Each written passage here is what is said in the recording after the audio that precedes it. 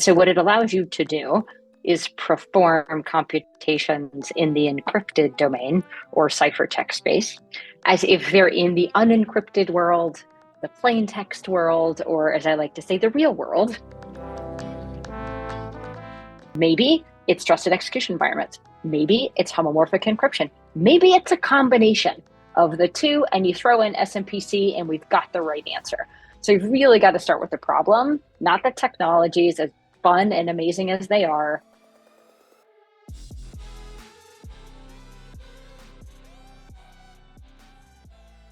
Hello everyone, I am Sergio Maldonado and this is Masters of Privacy, a set of interviews covering the intersection of marketing, data, privacy and technology with a clear goal in mind, which is redefining the relationship between people, brands and media around transparency and control.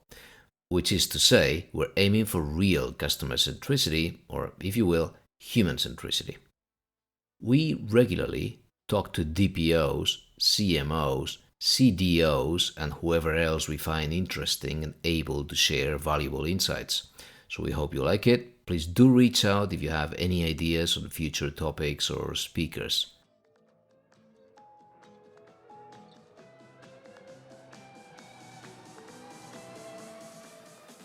We have Dr. Ellison Anne Williams here today. She's the founder and CEO of Enveil.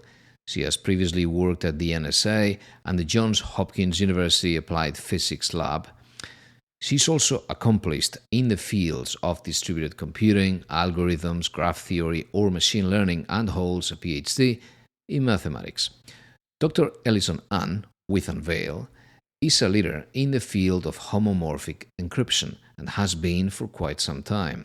And that is why we're here today, hoping to close the circle of our own understanding of PETs, or privacy-enhancing technologies. Let's go for it.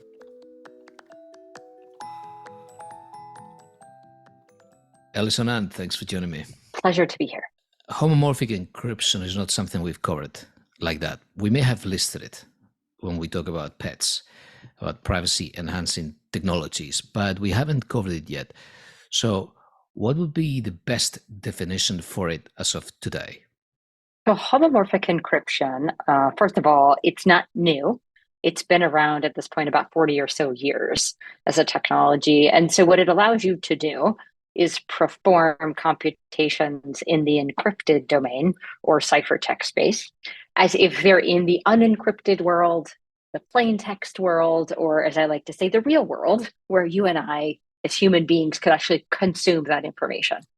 So, for example, if you take the value of 3 and you take the value of 2 and you encrypt them homomorphically and you multiply those two encrypted values together and then you go decrypt that product, then what you get is the value of 5. So as if you had added them together in that plain text or real world that we talked about. It is the only type of encryption that allows you to do that. If you take any other type of encryption, so like AES 256 or pick your favorite flavor, and you encrypt the number 3 and you encrypt the number 2 and you multiply them together and then you go try to decrypt that, you get absolute garbage. That is the power of homomorphic encryption. So how many operations can you do? How sophisticated does it get? If I bring 2 different data sets and I want to perform queries in encrypted form, how far can you take it? You could go really far with homomorphic encryption, and that keeps increasing. So if you rewind back, 40 or 45 years, and you take a look at where homomorphic encryption started, it was very slow, which was always the issue with it. So it was possible, but it wasn't practical. So over the decades of time, you've had more and more advances in homomorphic encryption in a lot of different forms, so that now you can perform these types of computations really with very, very little overhead, which is completely transformational in a whole number of use cases, right? Now, the reason people typically care about homomorphic encryption at this point is because it is one of those key pillars of the privacy-enhancing technology family, that most people are more familiar with the term PETs, or privacy-enhancing technologies, than they are of the term homomorphic encryption. So first, let me try to understand a bit more. So then the business case, to give you, to have an example, right? In anti-money laundering, I guess, is that the best, most common business case where you have two separate entities combining data that is personal in their own domains, but they want to combine it in a way that no one can see the other sort of data set in terms of personal data? Is that a typical business case, or what would be a really good, strong business case today? So typically, anti-money laundering is a umbrella term, and you'll see that a lot for a lot of reasons that we'll get into in a little bit. But really, where you see anti-money laundering come into play with privacy-enhancing technologies is in places where primarily you're operating in a cross-jurisdictional kind of capacity. And those different operating jurisdictions, for example, of the bank, are going to have this very heterogeneous data residency, localization type of landscapes associated with them that really must be respected at all times as you use information across those jurisdictions within the bank. So at the broadest level, privacy enhancing technologies and homomorphic encryption, as we talked about, is a key pillar of that, allows organizations to securely and privately leverage data where it is, as it is, across various types of boundaries and various cross of silos within and external to the organization. So in that kind of anti-money laundering situation, then those boundaries and silos take the form of operating jurisdictions for the bank. And the reason that those boundary lines are very hard boundary lines is due to that regulatory and kind of data localization set of requirements that they have to abide by. So just to broaden it out a little bit, for sure, you can leverage data securely and privately without moving it around these jurisdictions for the purpose of detecting financial crime or know your customer or all of that. But there are also many, many, many use cases where leveraging data across boundaries and across silos, respecting the reasons those boundaries and silos exist, is extremely important. And that's horizontal across verticals. It could be patient information, drug information for pharma trials, things like that, right? So then that begs the question, perhaps, why do you see so much out publicly around anti-money laundering or know your customer types of use cases for privacy enhancing technologies or homomorphic encryption? And to understand that a little bit more, it's helpful, I think, to rewind and take a minor history lesson in that. So if you go back prior to 2018, what you'll see is a lot of information around the specific technologies in the PETS family. So you'll see information around secure multi-party computation. You'll see information around homomorphic encryption. You'll see information around trusted execution environments, or what's now from a marketing term called confidential computing, right? So the individual technologies is where you'll kind of find your sources of information. But something really interesting and pivotal happened from a market language perspective back in 2019, in that the FCA, the Financial Conduct Authority in the UK, looked around and said, well, wait a second, that whole family of technologies, which has the term in the academic literature historically as called privacy enhancing technologies or PETs, has the ability to really help us solve some key challenges as it relates to fighting financial crime, fighting money laundering, or as you said, anti-money laundering within the banks, of course, as the regulator. And so to really explore how it could help and what those right and left boundaries were, the FCA put on what they called a tech sprint, a privacy enhancing technologies tech sprint back in 2019. So that was done in the UK. And then, of course, in conjunction with the UK, FinCEN put on a privacy enhancing technology tech sprint in the US. And so that's when the term privacy enhancing technologies really took form in the market. Prior to that, it was the individual technologies. Like I said, that term also, like homomorphic encryption, is not new. It's been around a long time, but that's where the PETS framing came from. Why? Because when the regulator speaks, the regulated listen. And so the financial services institution took that term of messaging from the regulator and the FCA, privacy enhancing technologies, and then started using it internally. And of course, that tech sprint was very successful. So the FCA and the banks working together proved that this family of technologies is in fact very powerful for solving these key challenges around global customer operating picture, know your customer, customer due diligence. Why? Because they uniquely enable the organizations to leverage data securely and privately across these boundaries and across these silos of information. So that's just a little bit more context as to why you see anti-money laundering and KYC talked about so much publicly as it relates to privacy enhancing technologies. And where did that even come from? It came from the regulator. Right. Well, thank you. Is there a chance for different verticals, different companies to collaborate in a way that they do not see each other's data sets or personal data?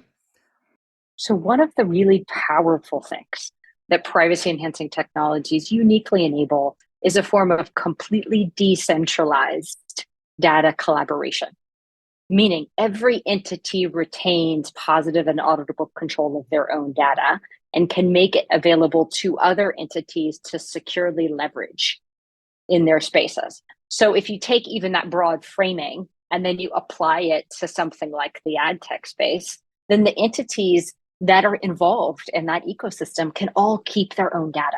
So they don't have to give it up. They don't have to centralize it or pool it in some way. So they can keep it and it still allow the other parties to draw insights from it in a way that stays secure and private to the requesting party, whether that's from personal information, whether that's their own interest and intent that they don't want to expose into the entire ecosystem, whatever the case may be, they can now securely collaborate on each other's data in a way that respects interest and intent and also allows each party to retain, like I said, positive and auditable control of data. So that's why privacy enhancing technologies end up being very horizontal as a family of technologies. Let me ask you then, what's the interplay to see if I can then first gather understand all the terms and then see where we land. So secure multi-party computation. I understand it works well in conjunction with homomorphic encryption. Does it? Correct. So secure multi-party computation, beautifully named. It is a protocol. It is not a type of encryption. It is a protocol that can or can't leverage encryption. So it does exactly what you would think. It allows multiple parties to securely compute together for an end outcome. So you can, in fact, use secure multi-party computation with homomorphic encryption. It's a very powerful combination, but you can use it in other ways as well. So that's the first pillar, classically, of the PET family. The second is homomorphic encryption. We've talked about that, very powerful. And the third we said is trusted execution environments, confidential computing. You'll see that all of those different pillars have in common the fact that they're protecting the usage of data when it's being used or processed, which is where you're extracting the information, the insights from the data. Ultimately, they're going to yield value for the organization. So we talked about, in financial services and that anti-money laundering use case, the value that you're getting is understanding your customer a little bit better, getting a better global customer operating picture, et cetera. You can certainly extrapolate that different kind of value creation proposition into any kind of organization. Pharma for drug trials, for example, research. We talked about ad tech a little bit, right? But that's the commonality between them. And that kind of rounds out the core pillars of the PETS family.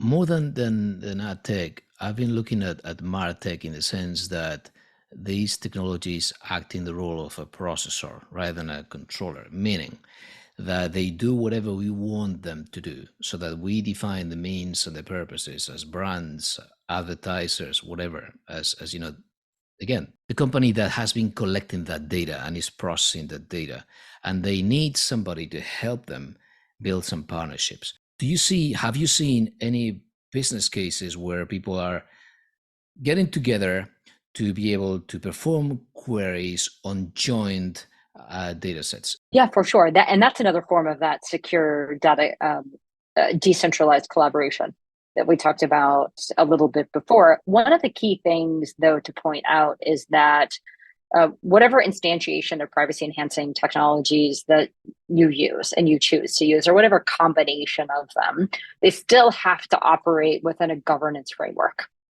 So when you have multiple entities that decide to work together for an end outcome, then those technologies still have to respect the governance framework that they put in place about what they are or are not going to share. For example, you may allow me to query your data. And of course, I'm going to do that in such a way that respects the content of my search, because that could be IP for me. It could be personal information, whatever the case may be.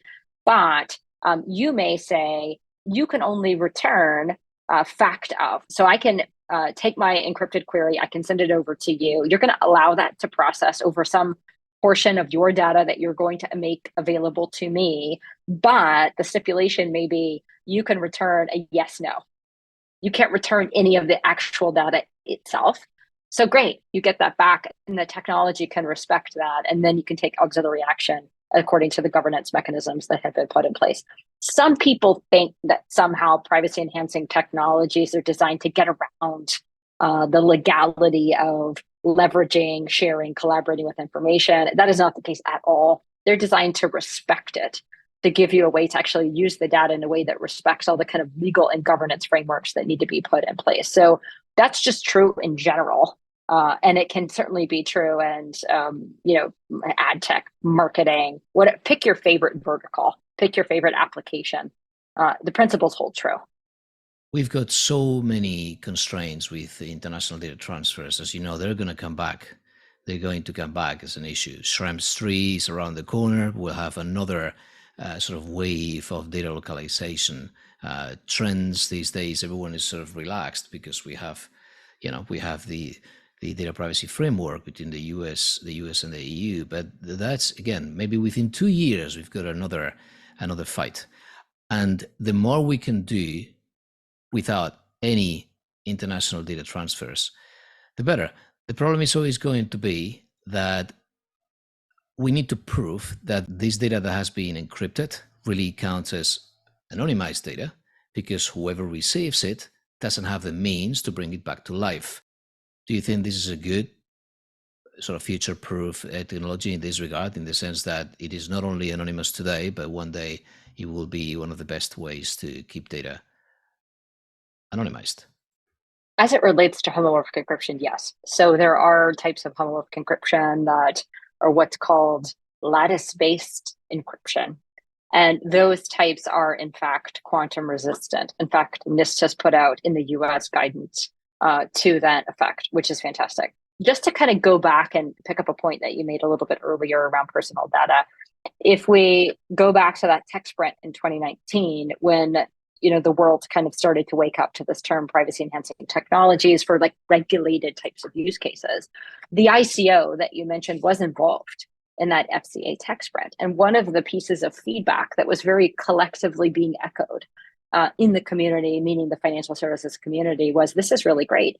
These technologies are powerful, but we need our policy entity to weigh in on some guidance on how they view privacy enhancing technologies and being able to potentially protect personal information. So that's very, very important in this whole equation. So, the ICO was involved in that, and that started, and of course that set off kind of years of motion, which, in my opinion, took a little bit longer because COVID got stuck in the middle of all of that. For the ICO developing guidance around the potential, I will say, of privacy enhancing technologies to protect personal information. And of course, like any good kind of policy document and guidance document, it took time. So they formed drafts, they got comments for drafts, they got, smart people looking at it and offering different perspectives in order to get a really solid document giving guidance on privacy enhancing technologies to protect personal information. And that was the first coming out of the ICO. So I think what we will see here as we move forward is that now that momentum is rolling downhill and looking at giving clear guidance around the utilization of privacy enhancing technologies for all of these issues relating to protecting personal information is coming. It's in the works. And I think that's very exciting for many reasons, not only from a privacy enhancing technology adoption perspective, but also the ability to protect personal information and then allow businesses to still function and do the best job that they can leveraging data globally and still respecting all of these kinds of considerations around privacy and personal information. Very good. Everything is evolving, and if we want to respect the basic principles of data minimization, it's a basic principle everywhere. Privacy by design sits behind it as well. We need to end up doing something like this. So let's take less data, let's move less data whenever it is in use. If we can run queries in unencrypted data, that sounds beautiful. Let me ask you a last question. So when would you say I'm very curious about this. That confidential computing, which I know is tied to the hardware, when would you say we are taking that too far and we should be looking at combining it or replacing it with homomorphic encryption? So the main crux of confidential computing or trusted execution environments is that it's a perimeter-based security model. So if you break down the definition of what trusted execution environment is, it's just a tiny little environment on the chip in the hardware itself that's considered to be trusted, where you're going to move your hopefully encrypted data at rest and your encrypted operations like those encrypted searches or machine learning models into that little environment. You're going to decrypt within that environment. You're going to perform your computation, re-encrypt, and exit.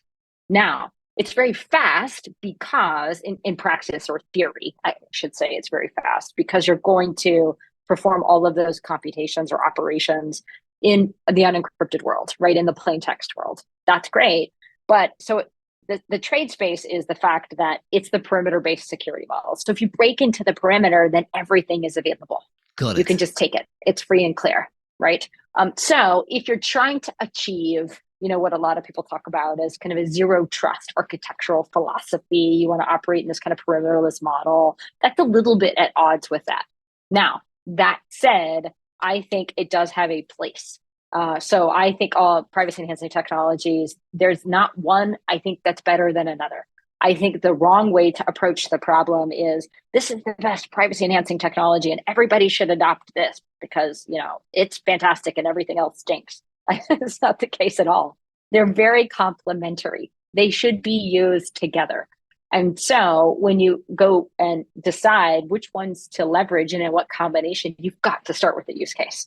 So what is it that we're trying to do? What are we trying to achieve in terms of security guarantees, privacy guarantees, et cetera? Then based on those constraints, then you can pick the right tool for the job. And maybe it's trusted execution environments. Maybe it's homomorphic encryption. Maybe it's a combination of the two and you throw in SMPC and we've got the right answer. So you've really got to start with the problem, not the technologies, as fun and amazing as they are, and then decide how to best solve that problem. Thank you. That's very helpful. Ellison Anne, look, I'm just going to be waiting for the coming, in the coming months, hopefully we see the problem. Everyone can see the problem. There's all of these companies with plenty of data, first-party data these days, and few people know what to do with it. Everyone is worried about legal basis, about whether you need consent to pass it to another party, whether what we've been doing so far in the even open advertising ecosystem with consent is legal at all after recent court cases. So people are dying to get their hands on something that is more privacy friendly and that works. And hopefully we can get away from individual level, addressability. And I know that's our world. That's what we're looking for, waiting for an answer. And maybe in a few months we'll find here the answer. Thanks for joining us. Thank you for having me.